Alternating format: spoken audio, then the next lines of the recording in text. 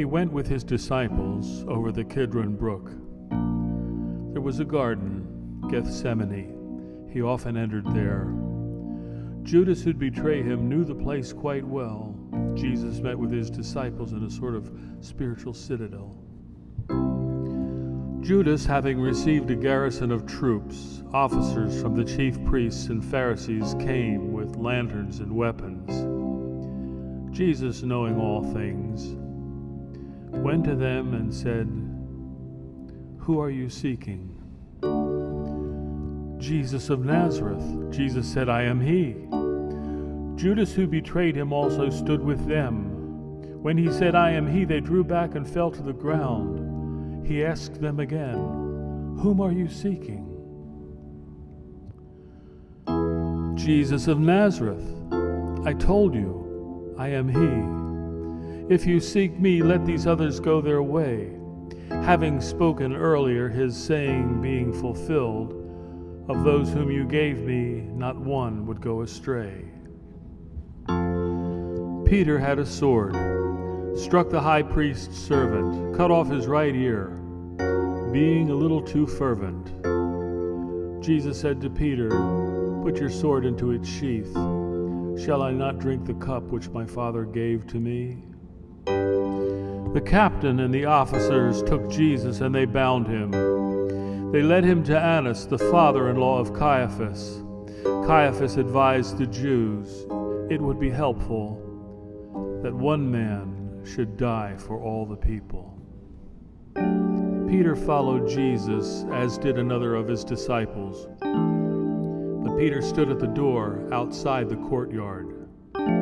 The other disciple came and spoke to her who kept the door, brought Peter in. Now he will engage in spiritual war.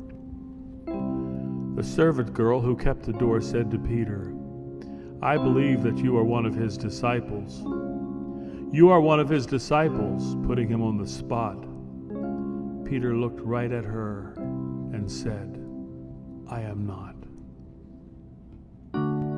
The servant and the officers made a fire of coals.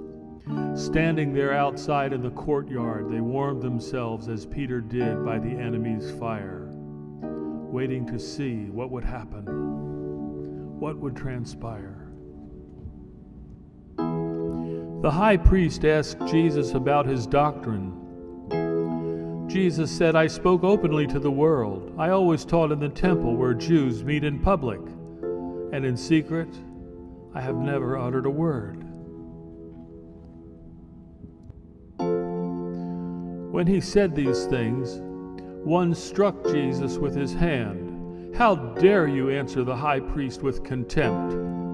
If I have spoken evil, bear witness of the evil, but if well, why do you resent?"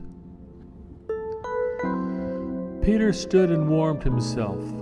So they said to him, "You are not one of his disciples, are you?" Peter denied it and said, "I am not." Being on a slippery road, he denied again. Immediately a rooster crowed.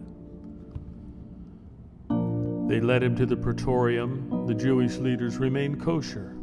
They would have defiled themselves and couldn't partake of Passover. "What charges do you bring against this man? Give me a clue." They said, "If he did no wrong, we would not have brought him to you."